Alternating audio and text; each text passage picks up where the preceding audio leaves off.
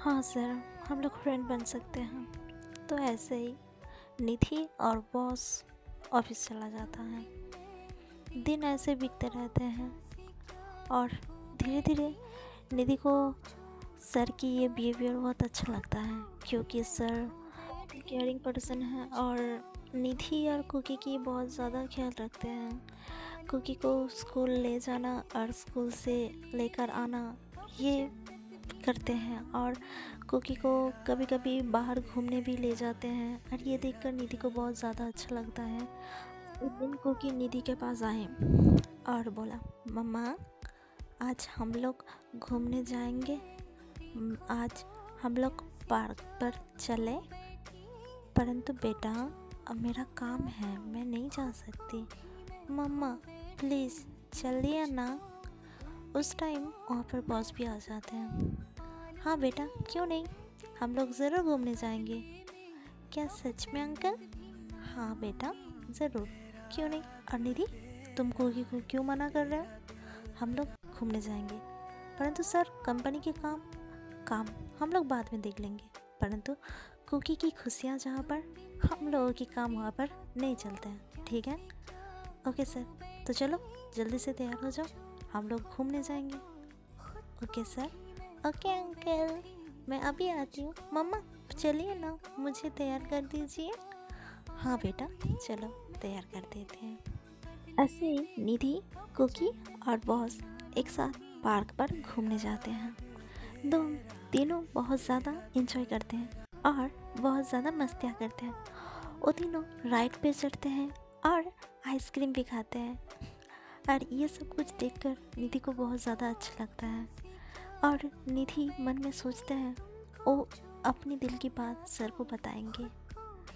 तो ऐसे ही दिन बीतते रहे और सर भी निधि और कुकी का बहुत ज़्यादा केयर करते थे और कुकी को अपने बेटे की तरह प्यार करते हैं, और ये बात से निधि बहुत ज़्यादा खुश थे। तो दिन बीतते रहे। ऑफिस की एक वर्कर की शादी थी, और इसलिए वो वर्कर पूरे ऑफिस में जो सब वर्कर हैं सबको इनवाइट किया था, और बॉस को भी। तो उस दिन शाम पर सभी उस वर्कर की शादी में गया था और बॉस निधि को लेने आए थे। तभी निधि मन में सोच रहे थे आज वो बॉस को अपने दिल की बात कह देंगे। तो शादी की रिचुअल्स चल ही रहे थे। उस टाइम निधि ने तय किया वो बॉस को अपनी दिल की बात बता देंगे, इसलिए निधि ने सर के पास गया और सर को बोला, सर मेरे आपसे कुछ बात है। तब सर ने बोला, हाँ निधि बोलो क्या बात है। तभी सर के फ़ोन में कॉल आ जाते हैं और सर फ़ोन उठाते हुए बोला, निधि मैं तुम्हारी बात बाद में सुनती हूँ, मुझे फ़ोन रिसीव करना है। तो सर वहाँ से चले जाते हैं। मैं सर को देख ही रहे थे, अचानक से मुझे मेरे सामने एक पहचाना शक्ल आ गया, और तभी मुझे याद आया ये तो। तब मैंने उस इंसान के पीछा किया और उसे कहा, जुसान रुक जा। वो इंसान रुकते हुए मैं उसके हाथ पकड़ लिया और वो इंसान मुड़ते मैं उसे कहा, जुसान तुम अभी भी जिंदा हो। मैं बहुत ज़्यादा शॉक्ड थी। तब जुसान ने कहा, निधि तुम। तब मैं जुसान को मेरे घर लेकर आई। इधर साइड सर की फ़ोन कट होने के बाद सर निधि को बहुत ज़्यादा ढूंढते हैं पर निधि को नहीं मिलते। तब सर ने जाकर सुनिया से पूछते हैं और बोलते हैं, अरे सुनिया निधि को देखा तुमने? कहा, नहीं सर मैंने तो निधि को नहीं दिखा, मुझे लगता है शायद वो घर चला गया है। क्या? पर वो तो मेरे साथ जाने की बात है। पता नहीं सर, अचानक से नहीं मिल रहा है, शायद वो घर ही चला गया है और घर में कुकी बैठा है ना, इसलिए। हाँ ये भी हो सकता है, पर मेरे बिना तो यहाँ से बॉस भी चला जाते हैं। इधर साइड जुसान निधि के घर में। तब निधि कहते हैं, जुसान तुम अभी भी जिंदा हो, मैं बहुत ज़्यादा खुश हूँ, परंतु उस दिन तुमने मुझे नहीं बताया था क्या हुआ था।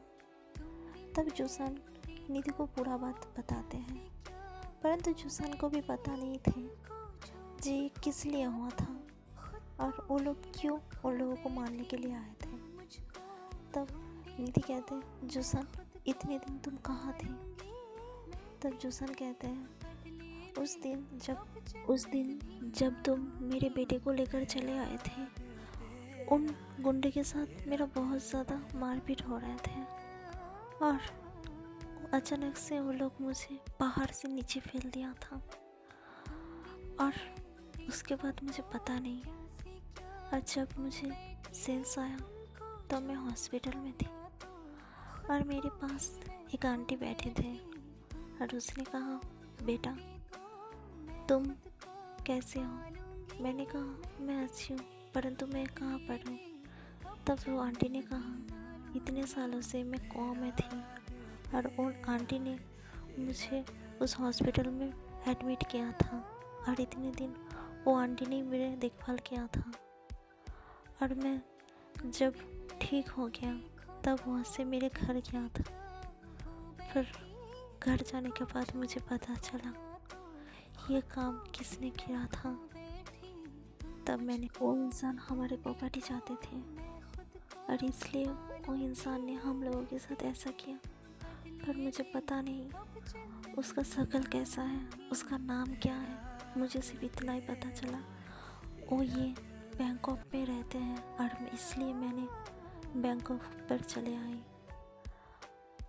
तब निधि कहते हैं जूसन अब क्या होगा मुझे पता नहीं, पर मेरे मीनू को मुझसे जो छीना है मैं उसको छोड़ूंगी नहीं। परंतु तुम्हारा बेटा निधि, मेरा बेटा कहाँ है? आओ मैं दिखाती हूँ। तब कुकी सो रहे थे। तब कहते हैं यह है तुम्हारा बेटा और मैंने इसका नाम कुकी रखा है क्योंकि मीनू को कुकी नाम बहुत ज़्यादा पसंद था। तो जूसन अपनी बेटी के पास जाके बैठते हैं और उसके सर में हाथ सहलाते हैं, कहते हैं आई एम सॉरी बेटा, मैं तुम्हारे पास इतने दिनों से नहीं रह पाए, मुझे माफ़ कर दो बेटा। तब निधि कहते हैं जूसन क्यों ऐसा कह रहे हो, शांत हो जाओ और देखो सब कुछ ठीक है। नहीं निधि कुछ भी ठीक नहीं है। जिन लोगों ने मेरी मीनू को मेरे से छीन लिया है, मेरे बेटों से अपनी मम्मा को छीन लिया है, मैं कैसे सांस ले सकती हूँ। और उन लोगों को सज़ा देना ही मेरा पहला मकसद है। तभी कुकी नींद से उठ जाते हैं और कहते हैं मम्मा। हाँ कुकी बेटा बोलो क्या हुआ है। मम्मा ये कौन है। एक्चुअली बेटा ये तुम्हारा पापा है। पापा? हाँ बेटा ये तुम्हारा पापा है।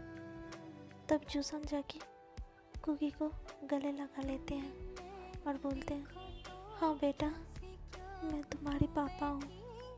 आई एम सॉरी बेटा, मैं तुम्हारे से इतना दूर थी, मुझे माफ़ कर दो बेटा। परंतु पापा आप इतना दूर क्यों थे। तब निधि कहते हैं एक्चुअली बेटा तुम्हारे पापा की बहुत बड़ा बिजनेस है ना, इसलिए तुम्हारे पापा बाहर काम करने के लिए गया था और इसलिए तुम्हारे से बहुत दूर थे। पर अब तुम्हारे पापा तुम्हारे पास आ गए ना, तो मम्मा पापा आपसे हमारे साथ ही रहेंगे है ना। हाँ बेटा अब से तुम्हारे पापा तुम्हारे साथ ही रहेंगे।